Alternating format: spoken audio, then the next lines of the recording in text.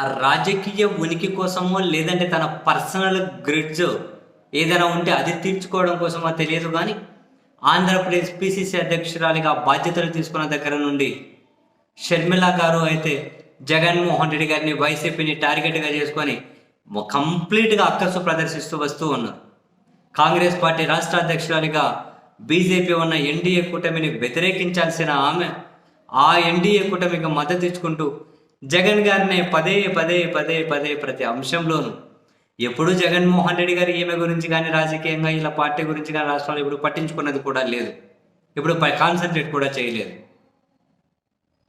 And ఈమె వైఖరితో విరక్తిపోయినటువంటి కాంగ్రెస్ సీనియర్లు ఈమె చేదరింపు రాజకీయాలు వాళ్ళు చూడలేక వద్దురా బాబు ఇంక ఇటువంటి వీళ్ళ నాయకత్వంలో ఉండలేవు, ఇటువంటి ఆమెను కనీసం కూడా కంట్రోల్ చేయకుండా ఏ విధంగా ముందుకెళ్లాలో దిశానిర్దేశం చేయని పార్టీలో కూడా మనం ఉండలేమని చాలా సంవత్సరాల పాటు కాంగ్రెస్ పార్టీతో అనుబంధం ఉన్నటువంటి సీనియర్ నాయకులు, మరీ ముఖ్యంగా రాయలసీమకు సంబంధించినటువంటి కాంగ్రెస్ సీనియర్లు దాదాపు ఖాళీ చేసేస్తున్నారు కాంగ్రెస్ని. త్వరలో జగన్మోహన్ రెడ్డి గారి ఆధ్వర్యంలో వైఎస్ఆర్ కాంగ్రెస్ పార్టీ కండువా కప్పుకోబోతున్నారు.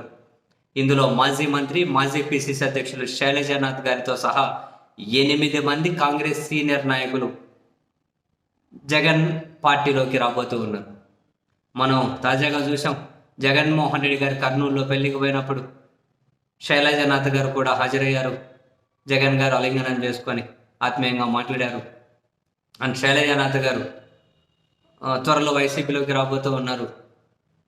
అండ్ తనతో పాటు ఓవరాల్గా 8 మంది కాంగ్రెస్కి సంబంధించిన సీనియర్ నాయకులు కంప్లీట్గా వైఎస్ఆర్ కాంగ్రెస్ పార్టీలో చేరబోతూ ఉన్నారు. ఒకవైపు వైఎస్ఆర్ కాంగ్రెస్ పార్టీలో పదవులు అనుభవించిన వాళ్ళు,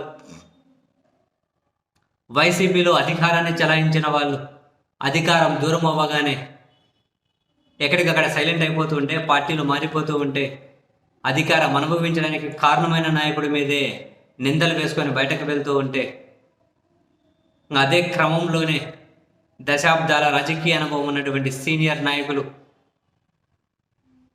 హుందాతనంతో రాజకీయాలు చేసినటువంటి నాయకులు వైఎస్ఆర్ కాంగ్రెస్ పార్టీలోకి రాబోతూ ఉండడం డెఫినెట్లీ ఆ పార్టీకి పాజిటివ్ వైబ్స్ తీసుకొని వస్తాయి. రాజకీయాల్లో డెఫినెట్లీ అయితే హుందాతనాన్ని పెంచుతాయని అనుకుంటున్నాను.